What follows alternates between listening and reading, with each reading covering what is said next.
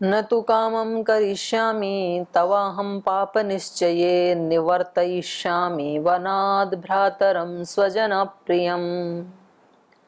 लेकिन भले ही तुम्हारे मन में ये पापपूर्ण दृष्टि, ये पाप का कार्य आ गया हो, लेकिन न तु कामं करिष्यामि, तव पाप निश्चये अहम न करिष्यामि। निश्चित रूप से ये जो आपके अंदर जो पाप आया, जो पाप पूर्ण निश्चय जो आपने किया, ये मैं पूरा होने नहीं दूंगा। कोई बात नहीं, आपने कर भी लिया तो। निवर्तयिष्यामि वनात् भ्रातरम स्वजन प्रियम। मैं जाऊंगा वन में और अपने भाई को वापस लौटा लाऊंगा। राजा वही बनेंगे और उनके साथ साथ अपने प्रिय स्वजनों को अर्थात लक्ष्मण और माता सीता को भी वापस ले आऊंगा। किन्नु ते दूषयद्राजा रामो वा भृशधार्मिकः ययोर्मृत्युर्विवासश्च त्वत्कृते तुल्यमागतौ। फिर पश्चाताप करते हैं, फिर शोक करते हैं भरत, बार बार याद करके कह रहे हैं किन्नु ते अदूषयत। राजा कह रहे हैं बताओ महाराजा ने आपका क्या बिगाड़ा था। ते किम अदूषयत राजा, महाराजा दशरथ ने आपका क्या अपकार किया था, क्यों आपने ऐसे सोचा।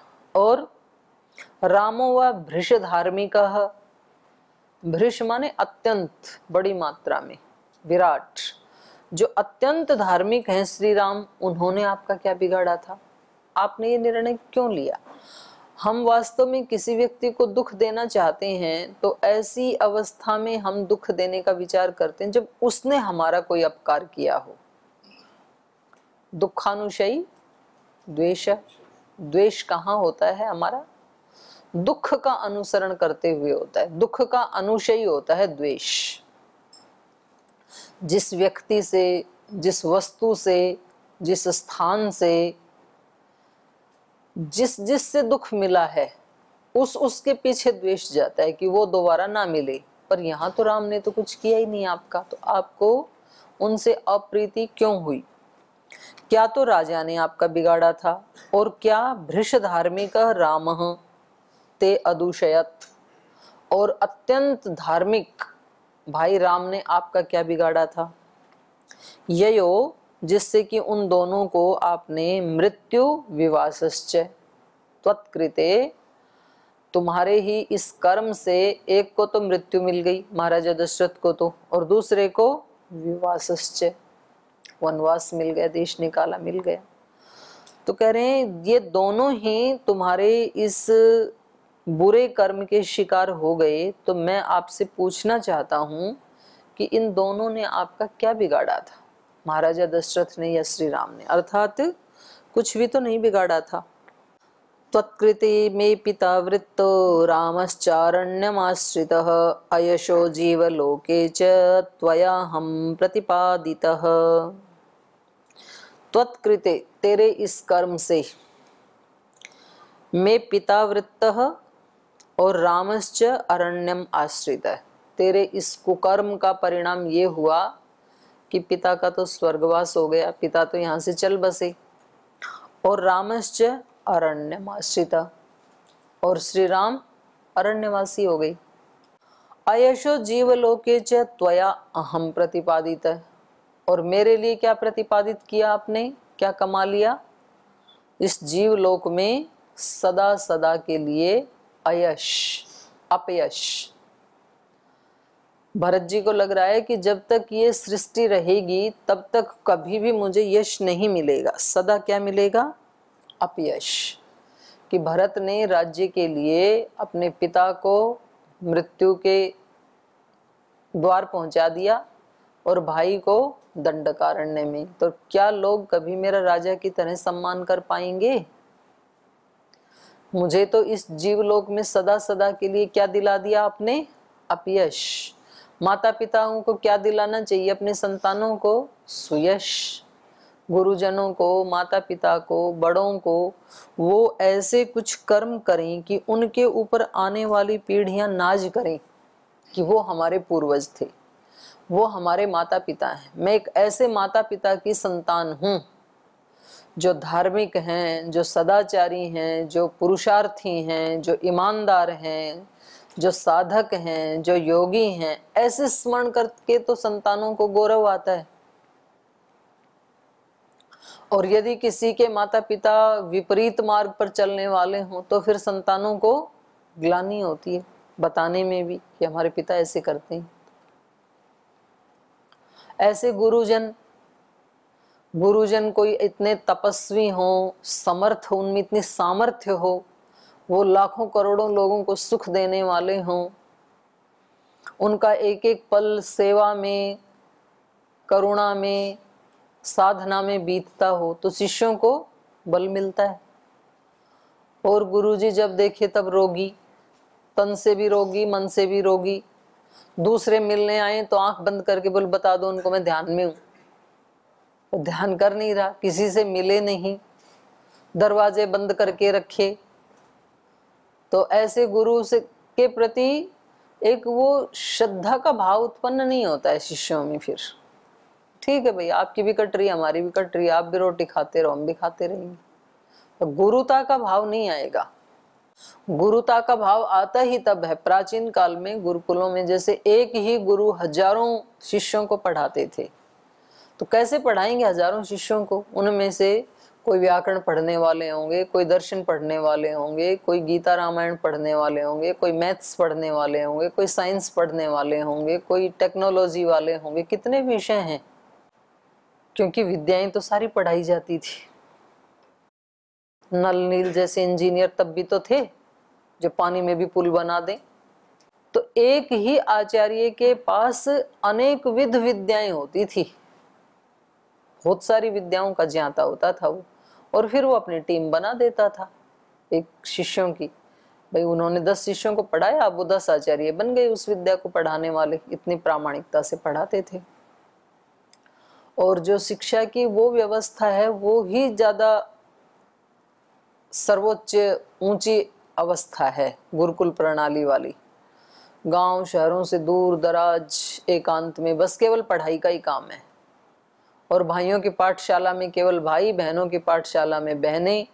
तो उनको 20-25 साल तक दूसरी दुनिया से कोई लेना देना नहीं था, केवल अपना विद्यार्जन और साधना। और वहां फिर बहुत जल्दी ग्रोथ होती थी उनकी, शारीरिक भी, मानसिक भी, आध्यात्मिक भी।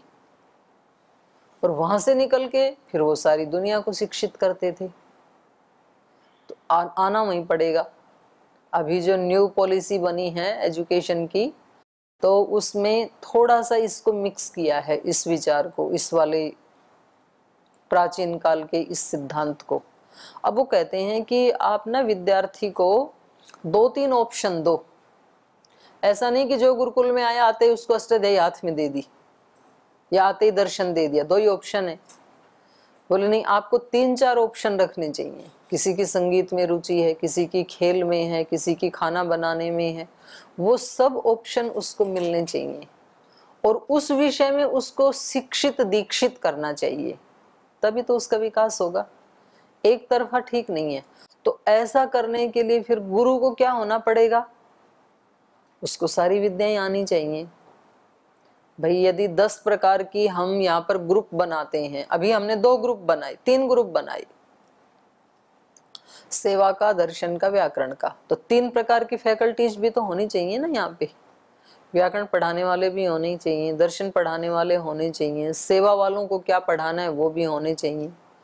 और यहाँ पर 10 ग्रुप बनाए तो 10 फैकल्टीज होनी चाहिए फिर। और 10 नहीं है तो फिर 1-2 व्यक्ति ही ऑलराउंडर होने चाहिए जो सबको संभाल सके। तो टीचर के ऊपर ज्यादा बल आ गया अभी नई शिक्षा नीति में। बच्चे को रिलैक्स कर दिया, आपको जो पढ़ना है उस चीज, उस सब्जेक्ट को आप बिंदास पढ़ो जो आपको अच्छा लग रहा है। और यदि आपको चेंज करना है, आपको लगता है 1 साल के बाद, 1 साल दर्शन पढ़ा, अब म्यूजिक पढ़नी है, तो म्यूजिक में जा सकता है वो बच्चा। तो बच्चे को कर दिया पूरा रिलैक्स, क्योंकि रिलैक्स माइंड होगा तो ही कुछ सीख पाएगा वो। और टीचर को कर दिया कि आपको और ज्यादा विकसित होना है, आपको जो बच्चा मांगता है वो आपको पढ़ाना आना चाहिए, तो तब निर्माण होता था। तो ये गुरुकुलीय पद्धति थी। तो यहां मैं इसलिए इस बात को कह रही थी कि श्री राम जो हैं वो कैसे हैं, भ्रष्ट धार्मिक हैं, और उनको आपने कहाँ भेज दिया, अरण्य में, और पिता को स्वर्ग में भेज दिया आपने। तो ये जो आपका काम है इसने मेरे को सदा सदा के लिए अपयश का भागी बना दिया। पर दूसरी बात इस श्लोक से क्या सीखी जा सकती है कि हमने ऐसा कुछ किया नहीं अपनी तरफ से, और फिर भी विधि के विधान से जैसे भी किसी दूसरे को निमित्त बना करके कोई ऐसा कर्म हुआ जिससे हमें अपयश मिल गया, और हमें लगता है कि भाई इस अपयश को तो अब धोया नहीं जा सकता है, तो भी व्यक्ति अपने प्रबल पुरुषार्थ से, साधना से और सेवा से उस अपयश को धो सकता है। ये हमें भरत जी के जीवन से दिखाई देता है। तो ये श्लोक आप निशान लगा लें और अपनी डायरी में लिख लेना।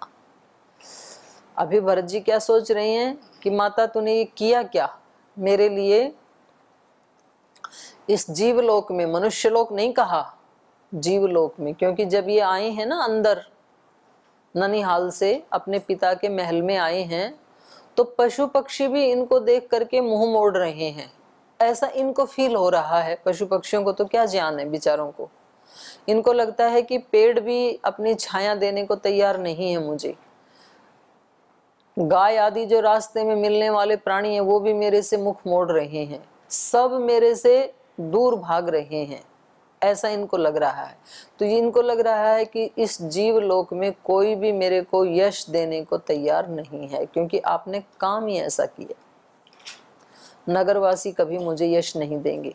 लेकिन इन्होंने साथ ही साथ एक विचार और फिर बोलते हैं कि मैं आपकी कामना को पूरा नहीं होने दूंगा। तो ये जो व्यक्ति के सबकॉन्शियस माइंड में विचार होता है तो वो फिर उसको ऊंचा उठाता है। Failures are the pillars of success. कभी कोई व्यक्ति फेल हो गया, असफल हो गया किसी भी फील्ड में, पर यदि उसने ये ठान लिया कि नहीं मुझे असफल सदा सदा के लिए नहीं रहना है, एक बार हुआ हूं ना, तो अगली बार मुझे क्या बनना है, सफलता का स्तंभ बनना है। किसी व्यक्ति ने आपको कह दिया कि आप फालतू में यहाँ आकर के गुरुकुल में खाना खा रहे हो, तो ये क्या हो गया, फेलियर हो गया ना ब्रह्मचारी के लिए। तो क्योंकि ब्रह्मचारी यहाँ खाना खाने के लिए नहीं आया है कोई भी व्यक्ति, खाना तो अपने बाप के घर में ही मिल जाता, जिस माँ बाप ने पैदा किया है वो खाना दे ही देते। घर में गाय भैंस कुत्ता बिल्ली कितने प्राणियों को खाना मिलता है उसी घर में, तो क्या अपने बच्चे के लिए खाना नहीं था क्या। तो ये ब्रह्मचारी सन्यासी के मन में ये हमेशा प्रबलता से विचार होना चाहिए कि हम यहाँ पर केवल कोई आराम या सुख सुविधा का भोग करने के लिए नहीं आए हैं, बल्कि उन सारी सुख सुविधाओं को ठोकर मार के आए हैं। और यहाँ हम कोई बहुत ऊंची शक्ति को, विद्या को, साधना को करने के लिए आए हैं, और उसको आत्मसात करके फिर हम लाखों करोड़ों आत्माओं को सुखी करना चाहते हैं। ये उद्देश्य व्यक्ति के मन में सदा सर्वदा रहना चाहिए, और जितना जितना ये प्रबल होता जाएगा उतनी उतनी उसी प्रकार की शक्ति मिलती जाएगी। क्योंकि हमारा जो सबकॉन्शियस माइंड है ना, वो ही समझ लो कि इस ब्रह्मांड की सर्वोच्च शक्ति है, वो सुनती है। जैसे हम बोलते हैं ना कि हम जो बोलते हैं वो भगवान सुनता है, तो भगवान कहाँ रहता है, सब जगह रहता है। ये हमने सुन लिया अपने गुरुओं से। और सब जगह रहता है, वो हमारे अंदर भी रहता है, अंदर भी रहता है, बाहर भी रहता है। तो हम जो कुछ भी सोचते हैं, जो कुछ भी बोलते हैं, जो कुछ भी फील करते हैं, वो सब उसी को पूरा करता है। तो ब्रह्मांड हमारे लिए या सबकॉन्शियस माइंड हमारे लिए सदा सेवा करने के लिए तैयार रहता है। उसको कोई ऑर्डर तो देना पड़ेगा ना। जैसे आप किसी रेस्टोरेंट में जाएं तो वहां जितने भी लोग हैं वो आपकी सेवा करने के लिए तैयार हैं, पर आपको कोई ऑर्डर तो देना पड़ेगा कि मेरे लिए चाय लेके आओ, कॉफी लेके आओ, समोसा लेके आओ, पराठा लेके आओ, जो भी आपको पसंद है, और ऑर्डर देके फिर आप आराम से बैठो अपने टेबल पे, वो आएगा वहां से, क्योंकि आपने पेमेंट किया है। आप मनुष्य बने हैं, इसका मतलब है आपने पेमेंट किया है साधना का। इसलिए आप इस ब्रह्मांड को, अपने सबकॉन्शियस माइंड को ऑर्डर दो, आदेश दो इसको कि मुझे ये चाहिए अपने जीवन में, और वो आपको मिलेगा। वो कैसे मिलेगा उसकी चिंता मत करो, आप चिंता करने लग जाते हो कि कैसे मिलेगा। रेस्टोरेंट में जाके कुर्सी पे बैठे और बोले कि मेरे को तो पराठा चाहिए आलू का, तो वो ऑर्डर लेके चले गए। अब आप शांति से बैठे रहे तो 5-7 मिनट में आ जाएगा, और आप वहां चिंता करें कैसे आएगा, मैं तो यहाँ बैठा हूं, बैठे बैठे कैसे आएगा, तो मैं थोड़ा जाके किचन में आलू तो उबालूं, कम से कम मैश करूं, छीलूं, तब तो आएगा। मैं तो कुछ कर ही नहीं रहा हूं, तो आएगा कहां से। तो यदि आप उधर जाओगे तो वो बोलेंगे कि सर आप जाओ, आपको इंक्वायरी करने की आवश्यकता नहीं थी, आपने पेमेंट कर दिया, ऑर्डर दिया, बस इतना पर्याप्त, आप बैठो शांति से, अब तब तो आ जाएगा। तो भगवान या ये ब्रह्मांड या सबकॉन्शियस माइंड कैसे हमारी हेल्प करेगा, इसकी ज्यादा इंक्वायरी मत करो, इसकी ज्यादा टेंशन भी मत लो, क्योंकि आपको मनुष्य जन्म मिला है, इसका मतलब आप इसके पात्र बन चुके हैं, पराठा खाने के पात्र आप बन चुके हैं, वो पेमेंट हो चुकी है। अब आप अपने सबकॉन्शियस माइंड को, उसमें अनंत शक्ति है, उस रेस्टोरेंट में 50 प्रकार के भोजन हैं, आपका पेट भर जाएगा। लेकिन वहां जाके यदि बैठे रहे हाथ पे हाथ रख करके और कुछ भी नहीं आदेश दिया, तो फिर भूखों मरोगे। 50 तरह का भोजन होते हुए भी पेट नहीं भरेगा। तो हमारे अंदर बहुत सारी सूक्ष्म शक्तियां हैं, प्रसुप्त शक्तियां हैं, इस सारे यूनिवर्स में वो शक्तियां हैं सब जगह, और हम इस यूनिवर्स का एक पार्ट हैं। तो ऑल ओवर जो शक्ति है उसके साथ हम पहले से ही क्या हैं, जुड़े हुए हैं, कनेक्ट हैं, क्योंकि हम उसका एक भाग ही तो हैं। मतलब एक वस्त्र का जो एक छोर है, इसका दूसरे छोर के साथ भी संबंध है ना, क्योंकि एक ही वस्त्र है ना, तो इसका एक धागा भी पूरे वस्त्र के साथ जुड़ा ही हुआ है। तो ऐसे हम पूरे यूनिवर्स से जुड़े हुए हैं। तो चाहे आप उसको भगवान कहें, चाहे आप इसको ब्रह्मांड कहें, जिसको बहुत सारे लोग बोलते हैं लॉ ऑफ अट्रैक्शन। आप चीजों को आकर्षित कैसे करते हैं, तो केवल बोलने से ऐसे नहीं होगा, आपको उसमें समापत्ति शब्द का प्रयोग किया उसके लिए महर्षि पतंजलि ने। समापत्ति मतलब तदाकार कारित होना। समापत्ति का सूत्र क्या है, प्रथम पाद का सूत्र बोलो, जिन्होंने याद किया प्रथम पाद वो बोलो। समापत्ति किसे कहते हैं?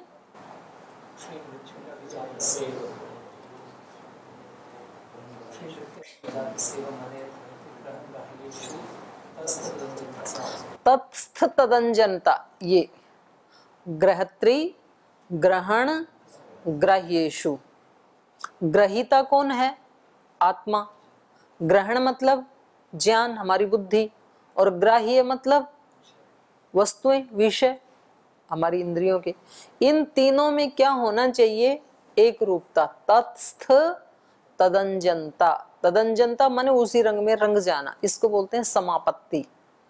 तो आपको एक ऋषि बनना है, तो उस ऋषि के व्यक्तित्व में आप रंग जाएं। हम थोड़ा सा तो वो करते हैं कल्पना कि जी जब हमारी पढ़ाई पूरी हो जाएगी तो फिर हम गंगोत्री जाएंगे, बस वहां रुक जाते हैं आप।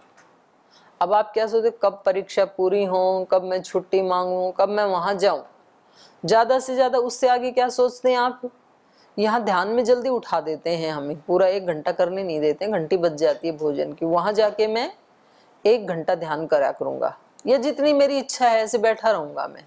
यहाँ तक तो आपने विजुअलाइज कर लिया, अब उसके आगे भी तो करो। ठीक है, आप 1 घंटा बैठे रहे, उसके बाद क्या हुआ? 2 घंटा बैठने की इच्छा है, ठीक है 2 घंटा में बैठ चुका हूँ, फिर उसके बाद क्या हुआ? तो बैठे बैठे मेरे को भगवान के दर्शन हो जाएंगे, या किसी को लगता होगा प्रकाश ही प्रकाश आ जाएगा, ठीक है आ गया प्रकाश, भगवान के भी दर्शन हो गए। अब आगे बोलो और क्या करोगे? अब क्या करना है बोलो, जिनको जाना है वो वही बताओ, मैं क्यों बताऊं मेरे को तो जाना है नहीं बोल जी भगवान आ गए, उसके दर्शन हो गए, उसका आशीर्वाद मिल गया, तो भगवान जी अब क्या कहेंगे कि बच्चा मैं सदा तेरे साथ हूं, मेरी शक्तियां तेरे साथ हैं, अब तू जितना बड़ा काम कर सकता है इस सृष्टि में कर, ये तो बोलेगा ना भगवान जी। तो ठीक है, भगवान की शक्ति है आपके साथ, तो वो बिना गंगोत्री गए भी है, अभी भी है, तो उसको विजुअलाइज करके आप समझ लो कि यहाँ तक की यात्रा पूरी हो गई, अब क्या करना है आगे। उस भाव में स्थित होकर के आज के काम करने शुरू कर दो और आप सचमुच वैसे ही ऋषि बन जाएंगे। पर यदि आज शुरू नहीं किया ना, आगे आगे टालते रहे, तो ये टालना फिर मृत्यु पर्यंत जाएगा। क्योंकि हम वास्तव में अपने सबकॉन्शियस माइंड को क्या ऑर्डर दे रहे हैं? टालने का। सबकॉन्शियस माइंड हमारे शब्दों को नहीं सुनता, हम क्या जी रहे हैं उसको सुनता है। और ये केवल सबकॉन्शियस माइंड की बात नहीं है, ये सामूहिक सबकॉन्शियस माइंड की भी यही बात है।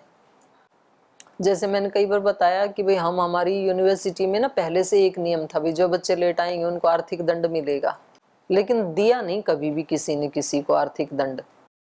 इस साल हमने पहली बार उनको बता दिया था, पहले 2 महीने पहले बताने लगे थे, भाई लेट आओगे ना तो अब की बार 500 रुपये लगेंगे 1 दिन के, देखो लेट मत आना। फिर उनको एक लेटर लिख के दिया रिटर्न में कि आप यदि लेट आओगे तो लिखो कि मैं पर डे 500 रुपये दूंगा। उन्होंने लेटर भी लिख दिया, साइन भी कर दिया, अपने माँ बाप से भी साइन करवा के लाना इस लेटर पे कि यदि हम लेट आए तो पर डे हम 500 रुपये देंगे, वो भी करवा लाए, क्योंकि आज तक कभी हुआ ही नहीं था ना ऐसा। और फिर आने के बाद जो जो लेट आए, 1 दिन लेट आई तो 500, दूसरे दिन लेट आई तो 1000, तीसरे दिन आई तो 500, 1500, 2000, ऐसे बढ़ता गया।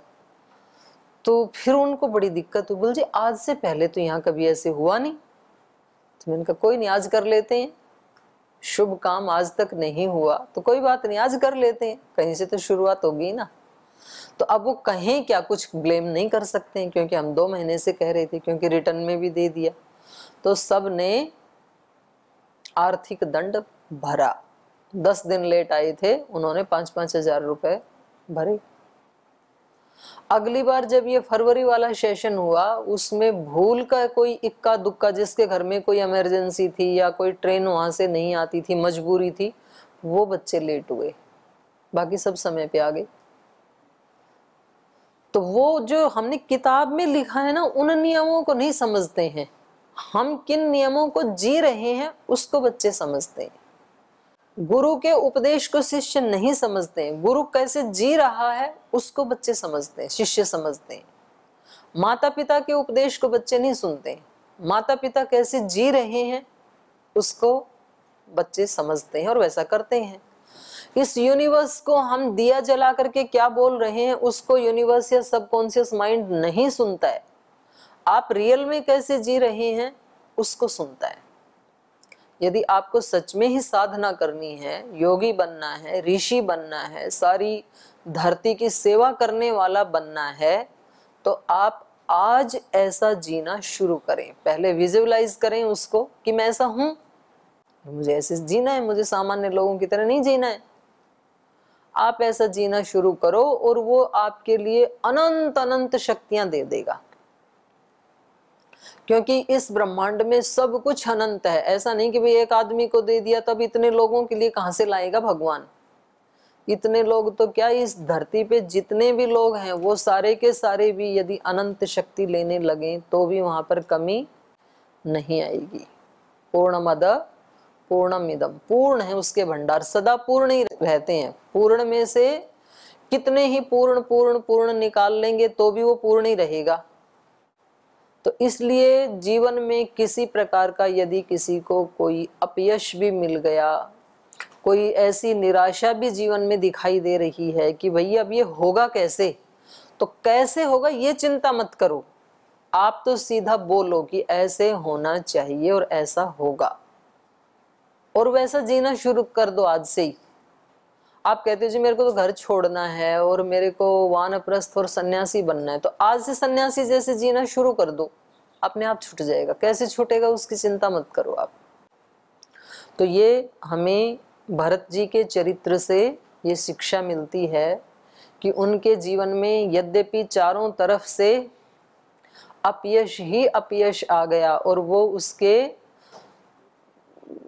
नहीं है, उसके निमित्त नहीं है, मतलब उन्होंने ऐसा कुछ भी किया नहीं है, एक विधान के तहत आ गया तो आ गया, तो उन्होंने अपनी तपस्या से उसको ऐसा हटाया कि सदा सदा के लिए श्री राम से भी ऊंचा चरित्र भरत जी का माना जाता है और सदा माना जाता रहेगा। तो बहुत सुंदर ये श्लोक था। समय हो गया, आज के पाठ को यहीं विराम देते हैं, शेष कल।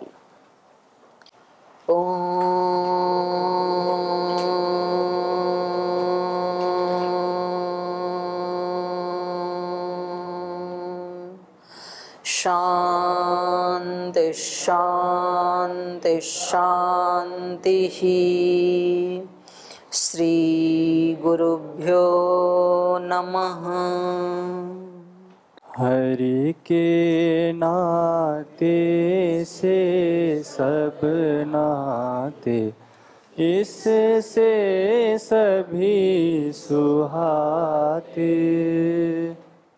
हरि के नाते से सब नाते, इससे सभी सुहाते।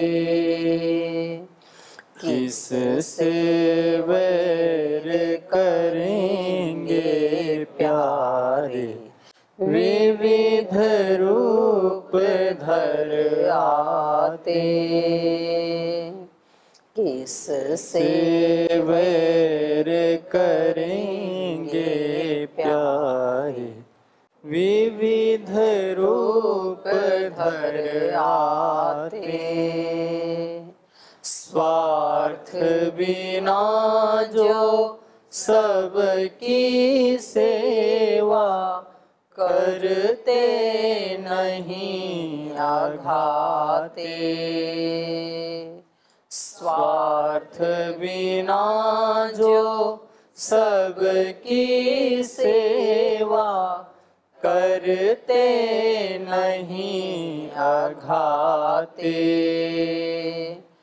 पर दुख दुखी सुखी पर सुख में, वो जन हरि को भाते। पर दुख दुखी सुखी पर सुख में, वो जन हरि को भाते। हरि के नाते से सब नाते, इससे सभी सुहाते। इससे वैर करेंगे प्यारे, विविध रूप धर आते। विविध रूप धर आते। विविध रूप धर आते। ओम श्री गुरुभ्यो नमः।